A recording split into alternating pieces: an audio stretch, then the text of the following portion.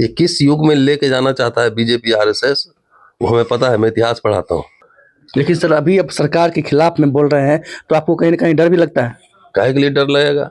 मेरी गिरफ्तारी भी हो चुकी है, सब कुछ चौपट हो रहा है। मैं तो दिल्ली विश्वविद्यालय में पढ़ाता ही हिंदू कॉलेज में। तो मैं देख ही रहा हूँ क्या चल रहा है। गिरफ्तारी क्यों हुई थी सर? वो एक मैटर था, ज्ञान वापी का मैटर था। उस पर जिनके पास पैसा होगा उनके बच्चे पढ़ेंगे, जिनके पास पैसा नहीं होगा उनके बच्चे मजदूर बनेंगे। जो पब्लिक एजुकेशन बना था 70 साल में, उसको ध्वस्त किया जा रहा है, सब निजीकरण की ओर जा रहा है। नमस्कार, मैं शशिकांत प्रसाद वर्मा और आप देख रहे हैं पब्लिक 24 न्यूज बिहार। मैं मौजूद हूं अभी बेगूसराय जिले के बखरी में, जहां पर छात्र युवा सम्मेलन का आयोजन किया गया है। इसमें बड़े संख्या में छात्र मौजूद थे और मैं सीधे आपसे बात करने का प्रयास करता हूं दिल्ली यूनिवर्सिटी के प्रोफेसर डॉक्टर रतन लाल से कि आए दिन शिक्षा में, खास करके शिक्षा जगत कहीं न कहीं पिछड़ते जा रहा है। शिक्षा कहीं न कहीं व्यापारीकरण के रूप में परिवर्तित हो रहा है। ऐसे में छात्र संघ और छात्रों के साथ संवाद का क्या उद्देश्य रहेगा सर? सबसे इंटरेस्टिंगली आश्चर्यजनक ये है कि शिक्षा को लेकर समाज में जो है ना, कोई सवाल नहीं है, कोई आंदोलन नहीं है। तो इसलिए हम जैसे लोगों को, जो एक्टिविस्ट हैं, पढ़ाते हैं, शिक्षा के काम से जुड़े हुए हैं, ये गंभीरता से लोगों को बताने की ज़रूरत है और समाज में थोड़ी हलचल पैदा करने की ज़रूरत है कि हर चीज़ का बुनियाद जो है शिक्षा है। और शिक्षा में भी बेहतर क्वालिटी शिक्षा, इंग्लिश एजुकेशन। और अभी जो दौर चल रहा है, जिस तरह से इंजीनियरिंग कॉलेज, मेडिकल कॉलेज के फीस बढ़ रहे हैं, स्कॉलरशिप गायब हो रहा है। बिहार में तो 2016 से ये स्कॉलरशिप गायब, SC ST का जो स्कॉलरशिप था। और इतना महंगा हो रहा है कि आम लोग जो मिडिल क्लास फैमिली बैकग्राउंड के, वो भी अच्छा एजुकेशन अब नहीं दे सकते हैं। तो क्या उनके बच्चे अब आने वाले जनरेशन में क्या फैक्ट्री में काम करेंगे, कॉरपोरेट के यहाँ काम करेंगे? तो आने वाले 10 साल में स्थिति और भयावह हो जाएगी। जिनके पास पैसा होगा, क्लास डिवाइड सीधा दिख रहा है। जिनके पास पैसा होगा उनके बच्चे पढ़ेंगे, जिनके पास पैसा नहीं होगा उनके बच्चे मजदूर बनेंगे। और ये बात मैं क्यों कह रहा हूँ कि अभी तो मोदी साहब की सरकार है, 5 ट्रिलियन इकोनॉमी कह रहे हैं, विकसित भारत, विश्व गुरु, क्या क्या बोले जा रहे हैं। और जो किसी भी सोसाइटी की बुनियाद में उसका जो इंफ्रास्ट्रक्चर, सबसे इम्पोर्टेंट एजुकेशन होता है। अगर इंग्लैंड जाना जाता है तो ऑक्सफोर्ड कैम्ब्रिज की वजह से जाना जाता है। जब अमेरिका बना तो उस तरह कई यूनिवर्सिटीज़ खोले गए। और भारत में जो यूनिवर्सिटी जो गरीब भारत में बना था, यही कह रहे हैं ना कि 70 साल कुछ नहीं हुआ। तो 70 साल में ये हुआ कि पब्लिक एजुकेशन सिस्टम बना, सरकारी नौकरियां मिली, पेंशन मिली, ये सब मिला ना, सब जाति के लोगों को मिला, सब धर्म के लोगों को मिला। तो फ्री एजुकेशन जो गरीब भारत दे रहा था, स्कॉलरशिप दे रहा था, फेलोशिप दे रहा था, SC ST के लिए प्रोविजंस थे, जो वंचित समाज के लोग हैं। तो वो मिडिल क्लास का फॉर्मेशन भी उसी से हुआ। नौकरी पेशा वर्ग जो बना वो उसी से बना। जैसे मान लीजिए मेरे दादा दादी मजदूर थे, तो उन्होंने अपने बेटा को पढ़ाया, तो मेरा फादर पढ़ के क्लर्क की नौकरी में आए।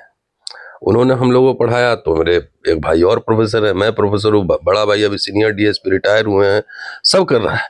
तो ये पब्लिक एजुकेशन से ही हम लोग बने ना। तो थोड़ी कि मजदूर अपने बच्चों को इतना पढ़ा सकता है, एक छोटी नौकरी करने वाला 5-7 बच्चों को पढ़ा सकता है। तो जो पब्लिक एजुकेशन बना था 70 साल में, उसको ध्वस्त किया जा रहा है, सब निजीकरण की ओर जा रहा है, सब कुछ चौपट हो रहा है। मैं तो दिल्ली विश्वविद्यालय में पढ़ाता ही हिंदू कॉलेज में। तो मैं देख ही रहा हूँ क्या चल रहा है। और जो डाइसेंटिंग वॉइस है, जो इस पे सवाल उठा रहे हैं हम जैसे लोग, उनको टारगेट भी किया जा रहा है, ये भी है। तो चलिए, टारगेट जो है वो तो हम देखेंगे, जो लड़ाई लड़नी है। लेकिन समाज में अगर मैं खास तौर से, एक बड़ा तबका बन चुका है जिसके पास पैसे हैं, अगर ये एजुकेशन नहीं मिला, तो जो SC ST OBC को जो रिजर्वेशन मिल रहा है नौकरियों में, ये कहाँ से हो पाएगा, जा पाएगा?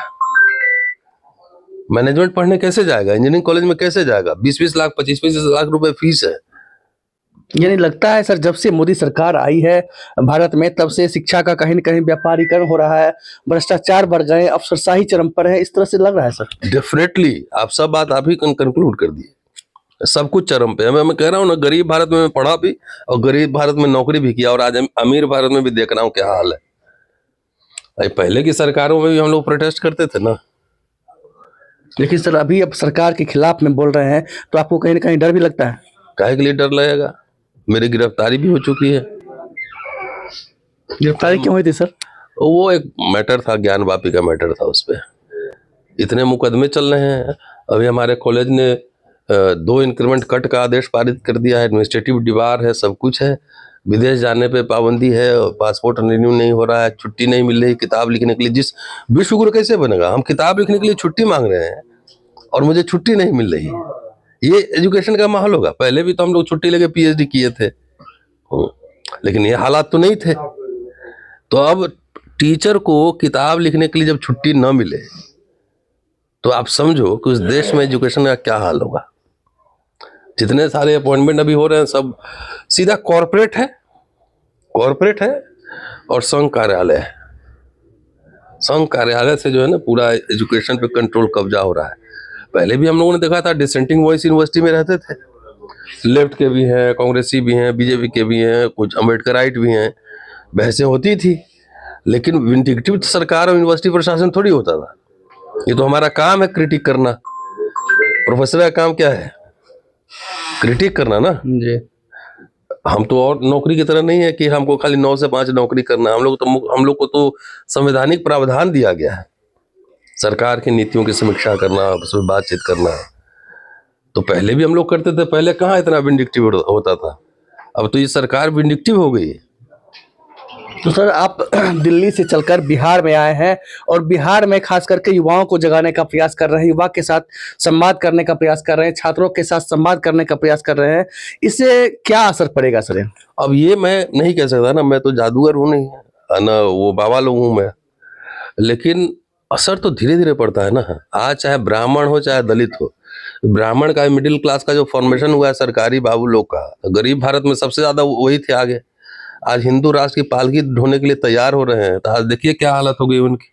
नौकरियां गई तो उनकी भी गई ना। सुलभ इंटरनेशनल में 5 रुपया का पर्ची काट रहा है ना, प्राइवेट सिक्योरिटी गार्ड की नौकरी कर रहा है ना। यहाँ सर कुंभ नहाने से सारा पाप धुल जाता है, पूरा रोजगार भी मिल जाता है। ना, कोई बात नहीं, आप नहाइए, कितना दिन नहाइएगा। पेट की मार जो होती है ना, सबसे खतरनाक मार होती है। मैं क्या कह रहा हूँ, ब्राह्मण समाज जो सरकारी अफर्मेटिव एक्शन का, सरकारी संस्थाओं का सबसे ज्यादा लाभ कौन लिया? ब्राह्मण समाज। और दलित को SC/ST का रिजर्वेशन की वजह से मिला। तो पहले जाते थे, देखते सेक्रेटेरिएट में मिश्रा जी, झा जी, तिवारी जी, पांडे जी सब दिख जाते थे। अब क्या हालत हो रही जरा उठा के देखिए। बहराइच में जाके कौन मिश्रा था लड़का, वो जाके झंडा गाड़ रहा है, गोली खा गया। तो जिसको ब्राह्मण को अगुआ और कहते थे कि समाज का अगुआ है, इंटेलेक्चुअल क्लास है, उनके बच्चे क्या बन रहे हैं? स्कूल कॉलेज नहीं रहेगा, रोज पहले तो रिक्शा चलाने वाला भी अपना बच्चा को कॉलेज में पढ़ा सकता था, आज पढ़ा सकता है। तो जिस समाज में शिक्षा अगर ध्वस्त हो गया तो समझो कि सब कुछ ध्वस्त हो गया। ये किस युग में लेके जाना चाहता है बीजेपी RSS, वो हमें पता है, मैं इतिहास पढ़ाता हूँ।